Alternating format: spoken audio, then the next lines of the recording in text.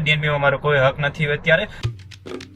પણ અત્યારે 6 વાગે વ્લોગ ચાલુ કર્યો હન્ના કે તમને કઈક વસ્તુ થોડીક કેવી છે હજી બાકી હતી તમને કહેવાની. ગાઈઝ તમે લોકો કહેતા હતા ને ડીએનબી માંથી ભાગ કાઢી નાખ્યો છે. હા, મેં સામેથી ભાગ કાઢી નાખ્યો છે. અને ગાઈઝ તમે લોકો કહેતા હતા ને ડીએનબી માંથી ભાગ કાઢી નાખ્યો છે. હા, મેં સામેથી ભાગ કાઢી નાખ્યો છે. ડીએનબી માં મારો કોઈ હક નથી અત્યારે. ખાલી મારા 2 લાખ રૂપિયા બાકી છે, 8મા મહિનામાં આવી જશે. એટલે ડીએનબી માં કોઈ મારો ભાગ નથી. તો કેમ છો મારા કલેજા, હું છું નીલ ચાવડા ને ફરી એકવાર નવા વ્લોગમાં તમારું હાર્દિક હાર્દિક હાર્દિક સ્વાગત છે. ભાઈ હું ઉઠી ગયો છું અને હું છે ને ભાઈ રાતના સુરત થી આવ્યો અને પૂરી રાત મેં ડ્રાઇવિંગ કર્યું અને ભરત આયર કરીને હે ભાઈ એક માણસ આખી રાત સૂતો રહ્યો ગાડીમાં. હું હે ભાઈ બન ઓ ભાઈ બન અત્યારે નહીં લો, હવે તો નહીં લે 5-6 આવી ગયું 6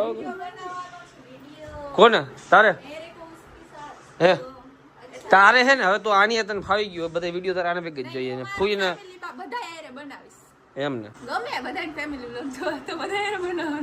અચ્છા ભાઈ અત્યારે આપણે 6 વાગે વ્લોગ ચાલુ કર્યો જે મેં જીવનમાં કોઈ દી નથી કર્યો વ્લોગ ચાલુ. કાં તો રાતના હોય કે ફરવા જાય તો ને કાં તો પછી મોર્નિંગમાં ઉઠીને કરું. પણ અત્યારે 6 વાગે વ્લોગ ચાલુ કર્યો હન્ના કે તમને કંઈક વસ્તુ થોડીક કેવી છે હજી બાકી હતી તમને કહેવાની. હવે આપણે બધાને ખબર જ છે કે ભાઈ DNB the cast detailing showroom જે રાજકોટમાં આવેલ છે શીતલ પાર્ક અને અયોધ્યા ચોકની વચ્ચે મહિન્દ્રા અને ટાટા શોરૂમની વચ્ચે ડીએનબી ધ કાસ્ટ ડિટેલિંગ બરાબર ભાઈ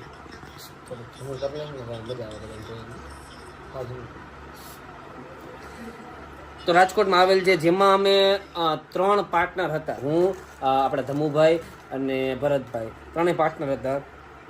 પણ એમાં થયું એવું કે ભાઈ ધમુભાઈને ઓફિસનું કામ આવી ગયું કે જેમ કે તમે જોઈ શકશો વિડીયોમાં કે ઓફિસના કામને બધું ચાલુ છે એનું અને ગાંધીનગર આઈ થિંક ગાંધીનગર કે અમદાવાદ શિફ્ટ થઈ ગયા છે.